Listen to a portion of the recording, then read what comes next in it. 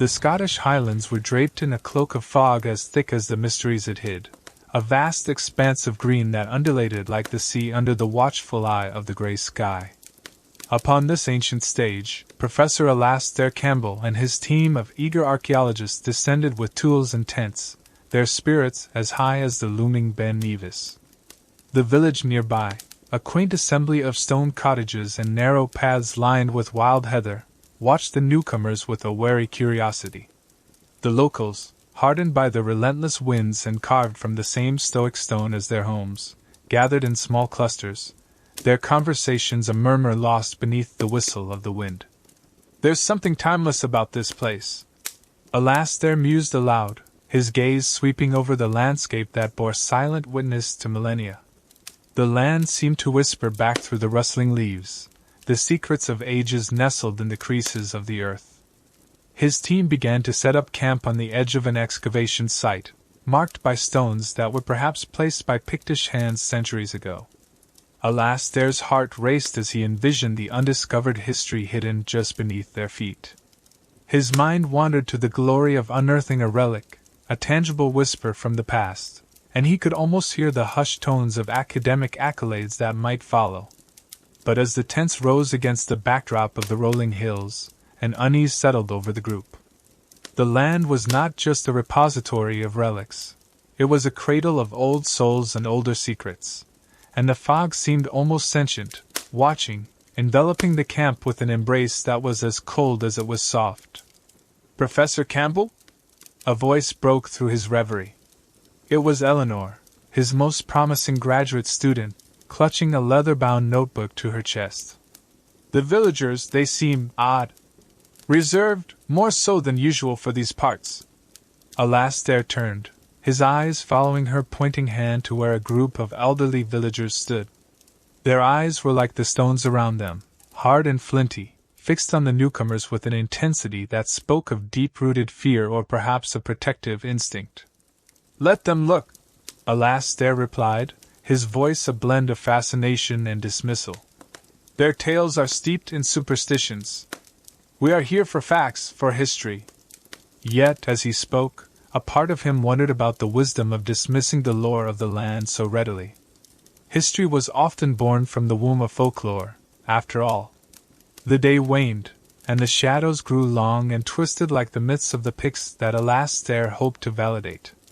As night cloaked the highlands, the wind carried a low howl that mingled with the distant sound of the villagers' evening hymns. It was a sound that seemed too mournful, too laden with meaning.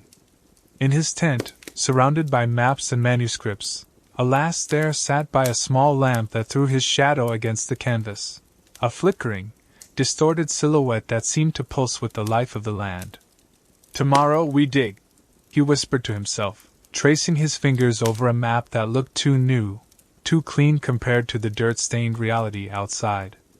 "Tomorrow we meet the past." But sleep was a reluctant companion that night. His thoughts drifted to the villagers' wary eyes, to the artifact he yearned to discover. Would it be a key to the past or a Pandora's box? The wind seemed to laugh around the edges of his tent, a sound that was almost like words. "Careful what you seek," it seemed to say, a voice lost in the rustling that was not quite leaves, not quite voices. Alastair shivered, not from cold, but from anticipation. Tomorrow, the land would speak, and he would be there to listen. But tonight, he would dream of shadows and stones, of history and its hidden heart, beating slow and steady under the ancient soil of Scotland. As dawn broke over the highlands, the sun struggled to pierce the thick veil of fog that clung to the earth like a shroud. The camp stirred into life, with the clinking of tools and the murmur of voices gradually swelling into the brisk morning air. Alastair emerged from his tent, his eyes bright with the fever of the hunt, his mind replaying the whispered warnings of the night wind. "Today, history will speak," he announced to his team, his voice carrying across the dew-laden grass. The archaeologists gathered around him, their faces etched with lines of excitement and the chill of the dawn. They approached the marked site, a circle of ancient stones that whispered of centuries past.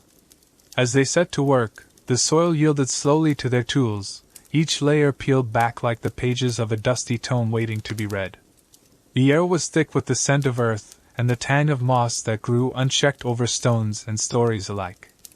Hours passed, the sun climbing reluctantly above the hills.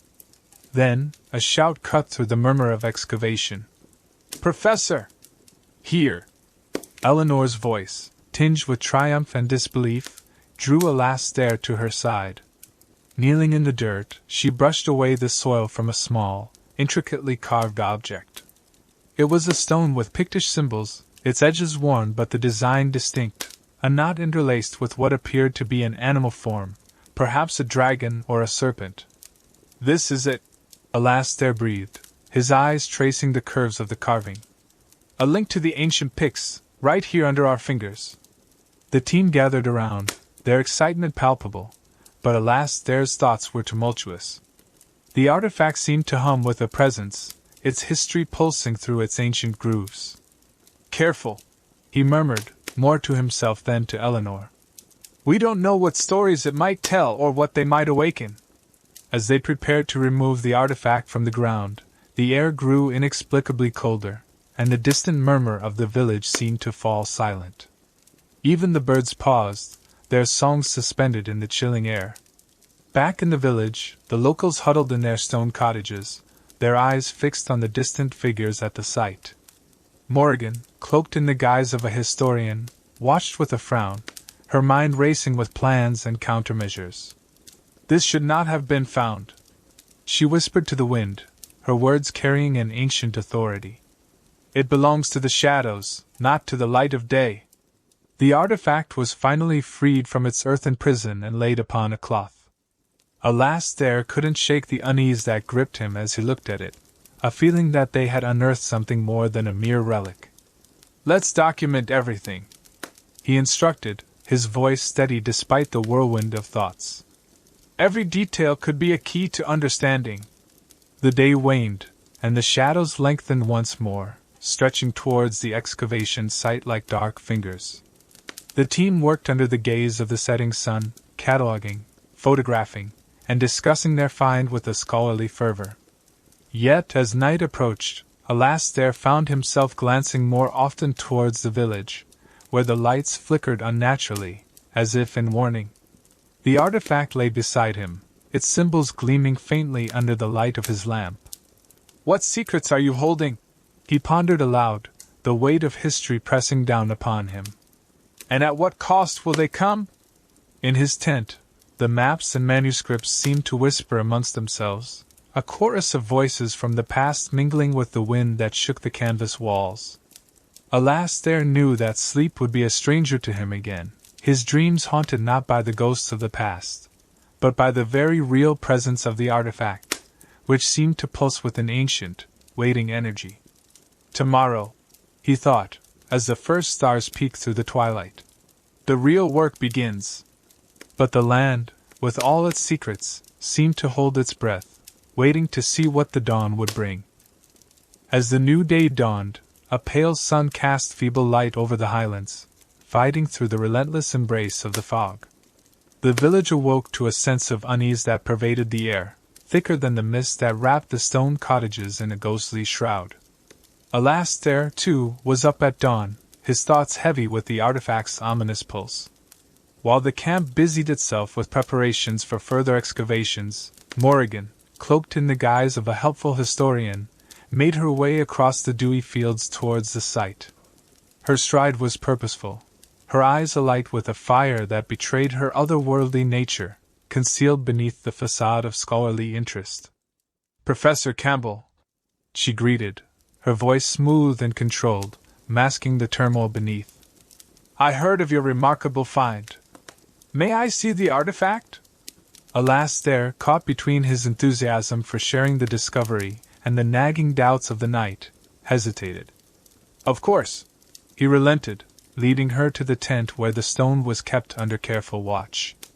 As Morrigan's gaze fell upon the ancient relic, her expression remained unreadable, but her heart raced with a mixture of fear and anger.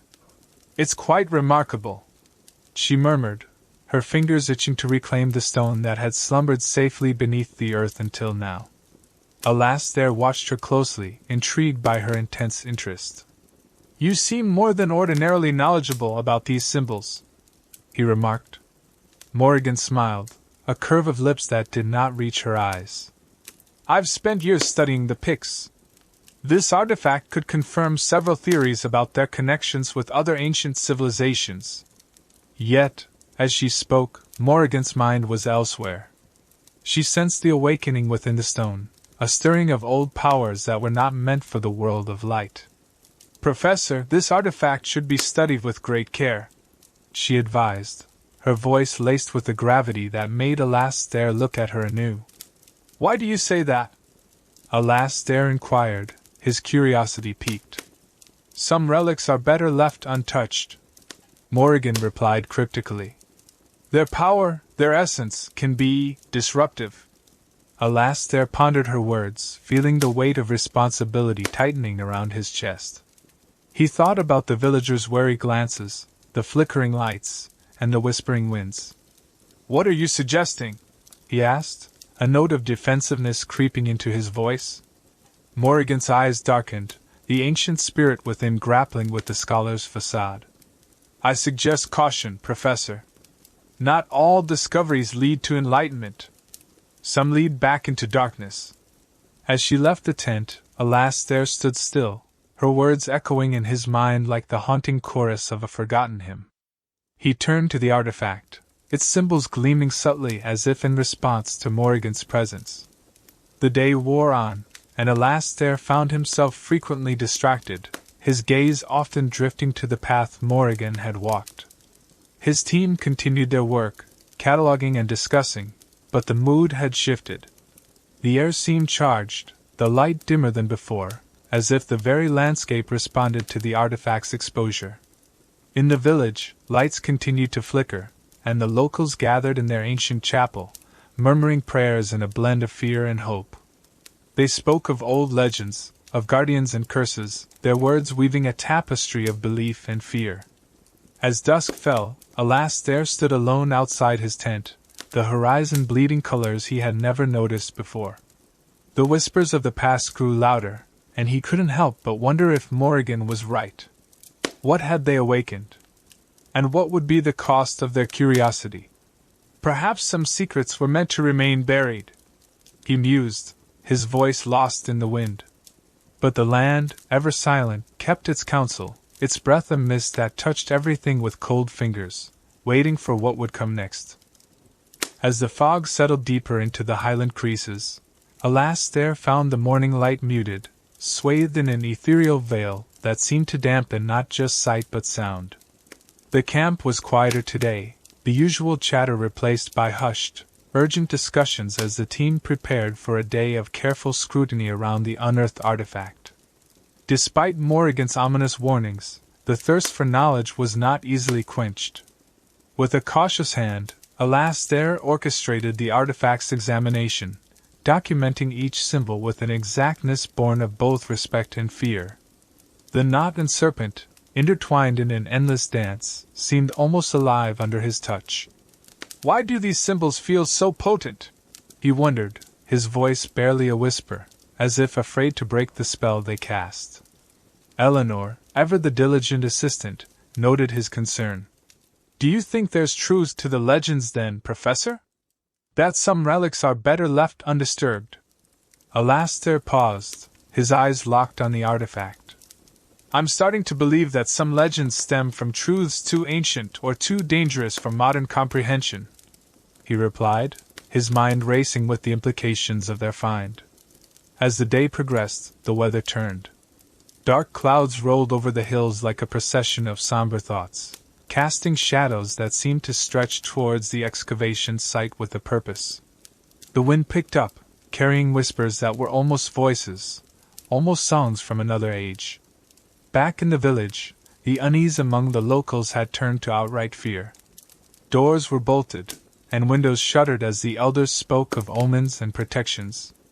Morrigan, weaving through the narrow lanes, felt the weight of her dual existence more acutely than ever. As a guardian of the ancient, her duty to the relic conflicted with the empathy she felt towards these simple villagers, whose lives had unknowingly intertwined with a past that demanded respect, or perhaps retribution.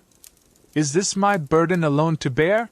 She questioned herself, her gaze drifting back to the distant tents of the archaeologists. Or is it theirs as well, those who dig up what should not be woken? In the camp, as twilight approached, a sudden gust of wind sent papers flying, disrupting the order that Alastair so relied upon. As he gathered the scattered notes, his eyes caught a series of old drawings among the papers, depictions of ceremonial rites and ancient guardians, eerily similar to the figures on the artifact. This can't be coincidental, he muttered, piecing together the fragmented lore with the academic rigor he was known for. Yet, each answer unearthed only bred more questions, more fears. The night descended quickly, the darkness almost tangible, as if the light itself was hesitant to linger around the relic. Alastair and his team sat huddled in the main tent, the glow of their lamps feeble against the oppressive blackness outside. I fear we may have invited something into our midst, Alastair confessed, the weight of his responsibility heavy in his voice. The team exchanged glances, their earlier excitement replaced by a dawning realization of the gravity of their situation. What do we do now, Professor? Eleanor asked, her voice a mix of fear and fascination. We proceed with caution, Alastair decided, his resolve hardening. We respect the power we've awakened, and we prepare. We must understand what we are dealing with before it understands us. Outside, the wind howled a mournful agreement, the ancient hills echoing with the sound of an awakening that was perhaps too old, too wild to ever be fully understood. The storm that gathered was not just of clouds and wind, but of forces that had lain dormant, biding their time, waiting for the call that had now been sounded. In his tent, Alastair watched the flickering shadows dance across the canvas, a silent ballet of light and darkness. Let us hope, he whispered into the tumult, that we are not too late. The dawn broke with a grimace, the sun a dim orb shadowed by the thick, roiling clouds that churned above the Highlands. As Alastair stepped out of his tent, the wind whipped at his coat, carrying a chill that seemed to seep into his bones. The camp, once a hub of scholarly activity, now felt like a beleaguered fort, bracing against an unseen siege.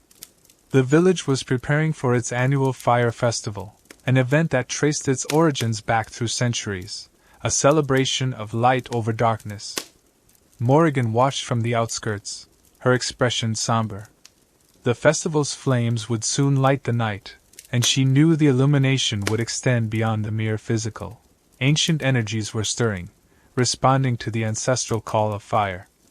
Tonight the past and present will collide, she murmured to herself, her voice barely audible over the howl of the wind. And we must be ready. Back at the camp, Alastair convened a meeting with his team. Maps, ancient texts, and digital recorders were spread out before them like the arsenal of modern-day warriors facing an age-old foe. We know enough now to understand that we are dealing with something beyond mere historical significance. Alastair began, his gaze sweeping over his team. Tonight, during the fire festival, I believe the energies we have unleashed will converge. Eleanor nodded, her face pale but determined. What do you propose, Professor? We use the festival as a cover to conduct a controlled ritual of our own, he explained. We'll integrate the artifact into the ceremony, attempting to appease whatever forces we've awakened. The plan was met with a mixture of skepticism and fear, but the urgency of their situation brooked no delay. Preparations began immediately, with the team dividing tasks between researching ancient rites, preparing the artifact, and setting up the ceremonial site at the heart of the festival. As night descended, the village transformed. Torches and bonfires lit up, casting a warm, golden glow against the encroaching darkness. Villagers, dressed in traditional garb, began their processions, their faces painted with symbols that mirrored those on the artifact, unknowingly echoing the past. Morrigan joined Alastair as he oversaw the setup. You tread dangerous ground, Professor, she warned, her voice a soft contrast to the crackling of the fires around them. I know, Alastair replied, his eyes fixed on the flickering flames. But we must try to control what we have unearthed. The ceremony began with the ringing of ancient bells, their sound clear and cold in the night air. Alastair stepped forward, the artifact in hand, his heart pounding with a mix of dread and hope. He placed the stone at the center of a large pentagram drawn on the ground, its points aligned with the fires around the village square. As the chants rose from the throats of the gathered villagers, a strange harmony joined by the team's more scholarly recitations, the air seemed to thicken, the wind carrying whispers of a language long forgotten. The artifact pulsed, its glow intensifying with each passing second, casting eerie shadows that danced macabrely with the flames. Then, suddenly, a silence fell. The fires seemed to pause, their crackling ceasing, and all eyes turned to the glowing stone. A deep, resonant hum filled the air, vibrating through the ground and into the bones of every watcher. Morrigan stepped forward, her presence commanding. She raised her hands, her voice joining the hum, guiding it, shaping it into something less fearsome, more controlled. "The old ways acknowledge you," she intoned, her words not just spoken, but felt by all present. "Let this night be a pact, an understanding." The artifact's light peaked, blinding in its intensity, then abruptly dimmed. As the natural sounds of the night returned, the villagers and the team alike breathed out, a collective sigh of relief, or perhaps of resignation. Alastair looked around, his expression one of awe and exhaustion. "Have we done enough?" he wondered aloud, his question more to himself than to Morrigan. "We have done what we could," she replied, her gaze inscrutable as she looked at the quiet stone. "Now we wait." The festival resumed, a bit more subdued now, the dance of firelight reflecting not just the celebration, but a guarded truce between the present and the deep, dark past.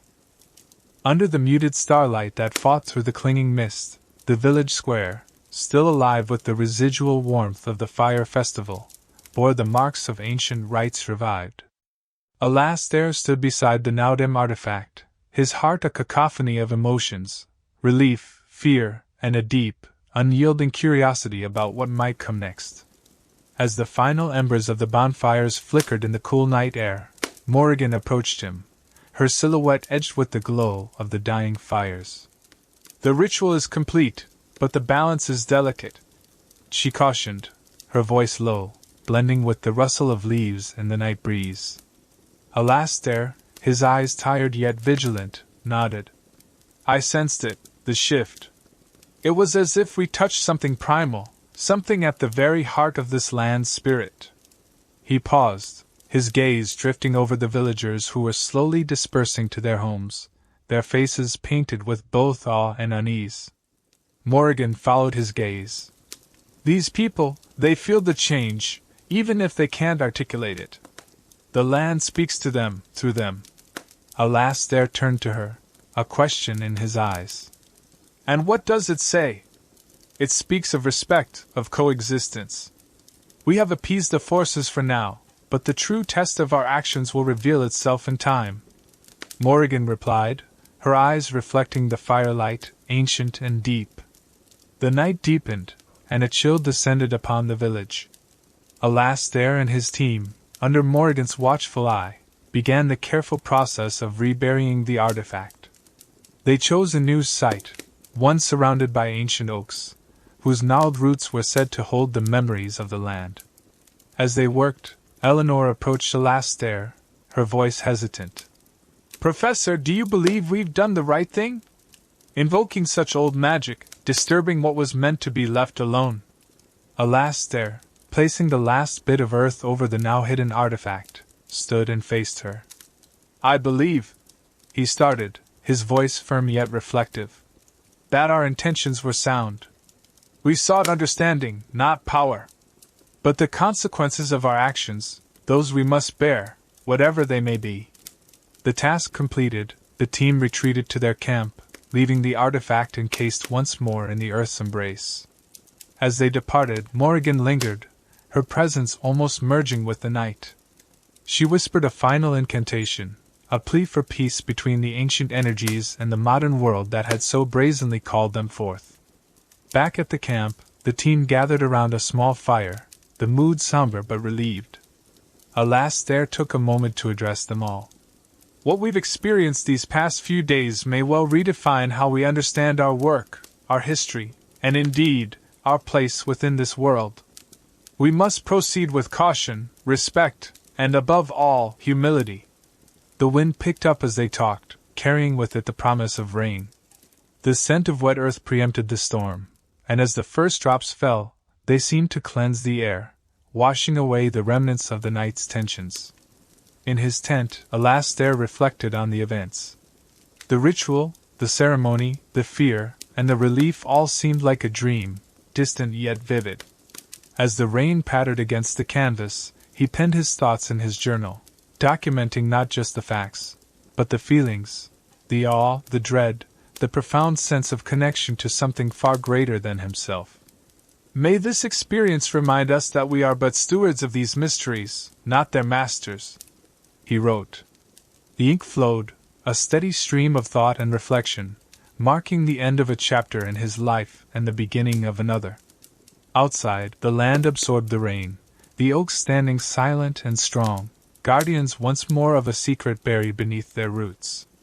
The cycle of knowledge and mystery continued, as old as time itself, whispered on the wind and written in the earth.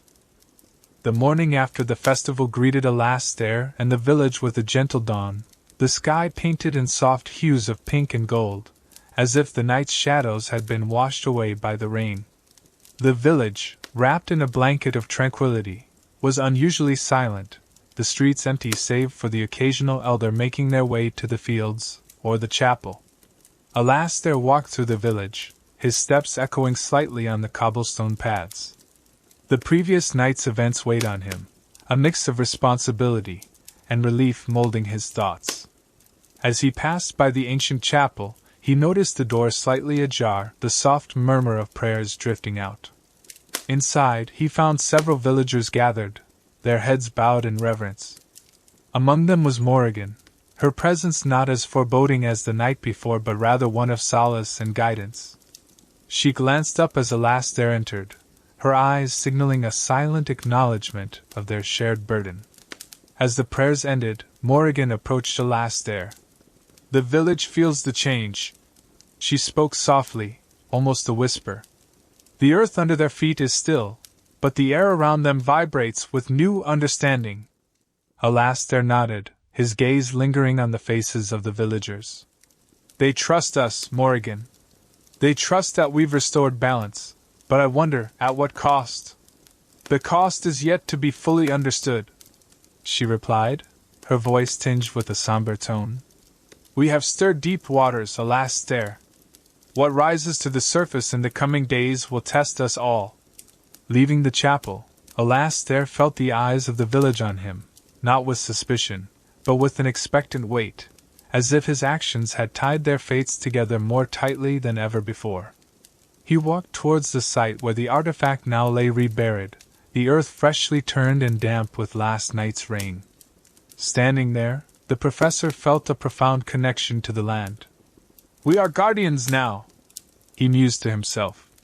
"Keepers of secrets that were never ours to hold." The day passed with the village slowly coming to life, the festival's remnants being cleared, children playing near the stream, their laughter a light note in the heavy air of aftermath. Alastair spent the day wandering, speaking to the locals, each conversation a thread weaving him deeper into the fabric of the village. As evening approached, the team gathered again, this time around a table laden with local fare, a small feast prepared by the villagers as a token of gratitude. The food was simple but rich with the flavors of the region, each dish a testament to the land's bounty. "This meal," Eleanor remarked as they ate, "it's more than just food. It's an offering, a binding of our lives to theirs." Alastair smiled, appreciating the insight. "Yes, it's a shared table, and now, a shared fate. We must honor this bond, respect the traditions that have welcomed us so warmly." The meal ended with a toast, the villagers and the team raising glasses filled with a local brew, hearty and warm. To the land, to its mysteries, and to our continued respect for both. Alastair declared, his voice steady and clear. The stars appeared as they finished their meal, the sky a vast canvas of twinkling lights, the air crisp and filled with the scent of wood smoke and earth. As the villagers dispersed, heading to their homes, Alastair remained outside, gazing at the stars. We've touched something ancient, something vital, he reflected quietly, his thoughts adrift. And in doing so, we've changed, not just the soil beneath our feet, but perhaps the very essence of our being. The night wrapped around him, a cloak of peace and a whisper of warning. The land had spoken, and they had listened, but the echo of their actions would resound in ways none could foresee. In the tranquility of that night, Alastair felt a kinship with the land and its people, a bond sealed by fire and fate, fragile yet filled with a quiet strength. The days that followed the fire festival and the subsequent ritual seemed to move with a hushed reverence, as if the village and its surrounding lands were holding their breath, waiting for the other shoe to drop.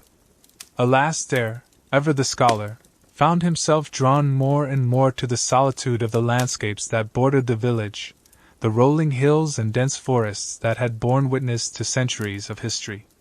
One morning, with the mist hanging low and the air crisp with the scent of pine and wet earth, Alastair ventured into the woods, his path guided by the winding trails that snaked through the undergrowth.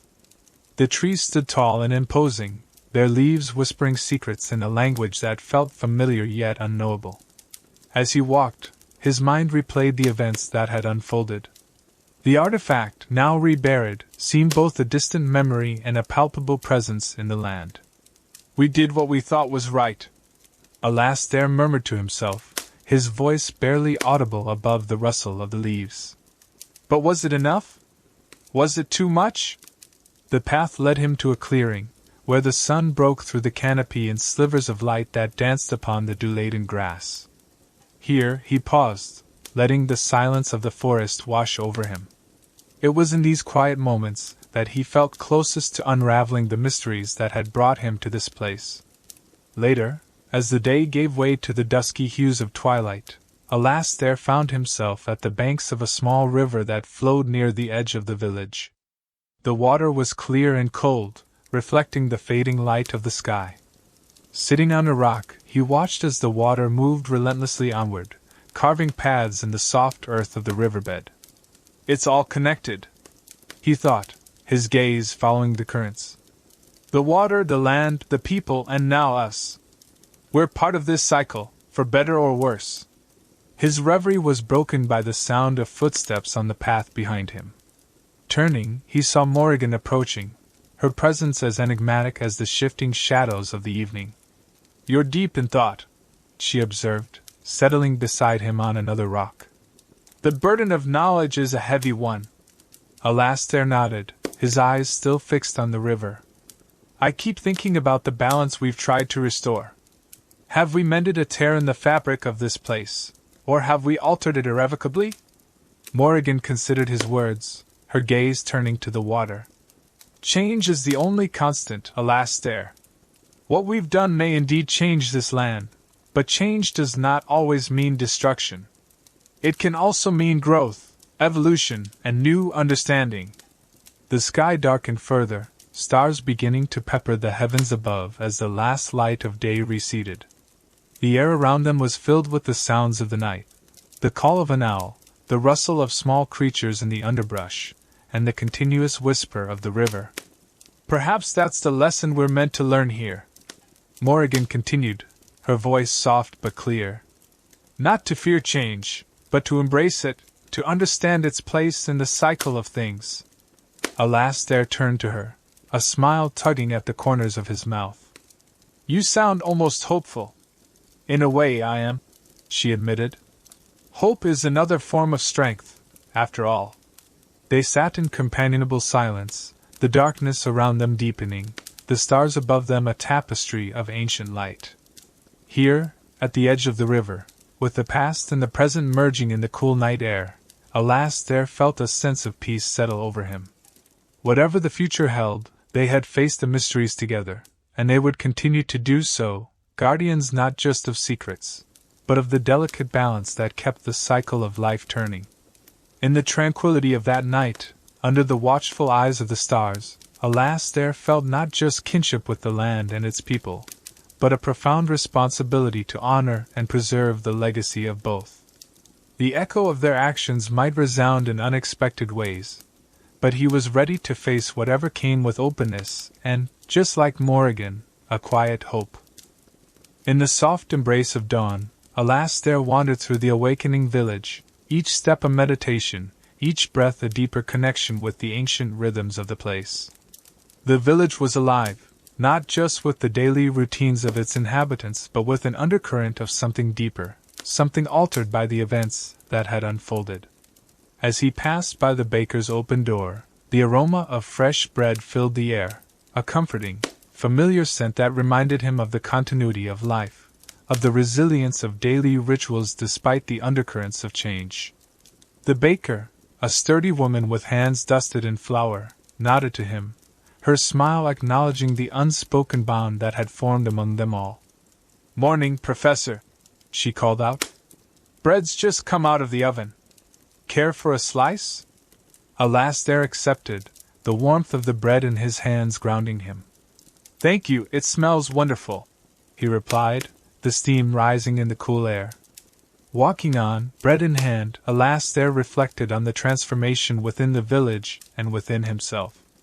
His thoughts drifted back to his conversations with Morrigan, to the shared silences filled with meaning, to the river's whispered teachings. He made his way to the old bridge that arched over the river, a structure of weathered stone and moss, standing as a testament to the village's endurance. Leaning against the cool stone, he watched the water flow beneath, a perpetual motion that was both soothing and inexorable. "Change flows just like this river," he mused. "It shapes us, even as we try to shape it." His contemplation was interrupted by the sound of laughter, children playing at the river's edge, their joy unrestrained by the complexities that weighed on the adults. Alasdair watched them, their ease and laughter a balm to his soul. They were the future, the ones who would inherit the legacies of today's decisions. Turning from the bridge, Alasdair decided to visit the site where the artifact lay hidden. As he walked through the fields, the grass whispering underfoot, he felt the pulse of the land more acutely than ever. The burial site was unmarked, known only to those who had been there that night, but it felt different now, charged, as if holding its breath under the weight of history and secrecy. Standing over the site, Alasdair closed his eyes, allowing the sensations of the earth and air to wash over him.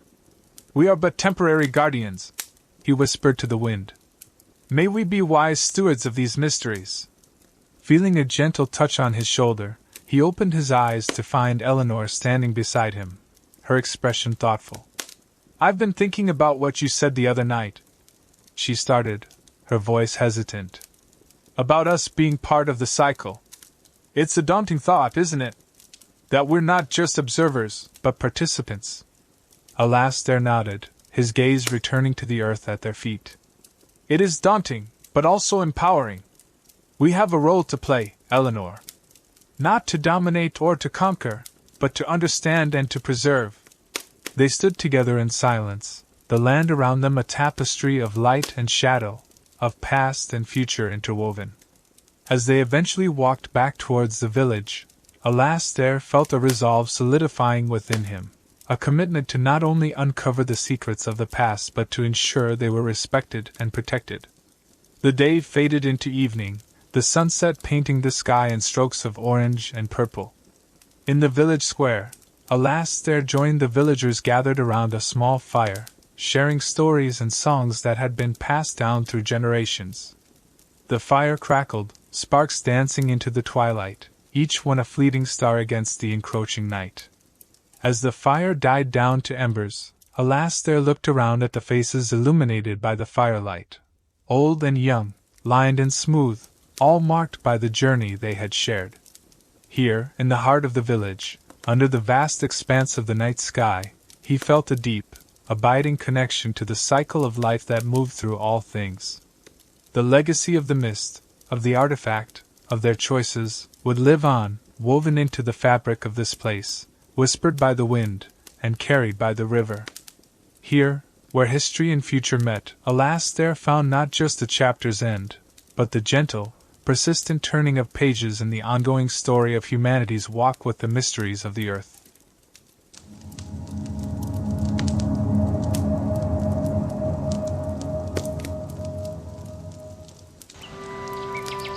Thank you for sharing a moment of your day with me. Don't forget to like and subscribe. Really helps a lot. If you don't, well, I'll still love you. Thanks for stopping by.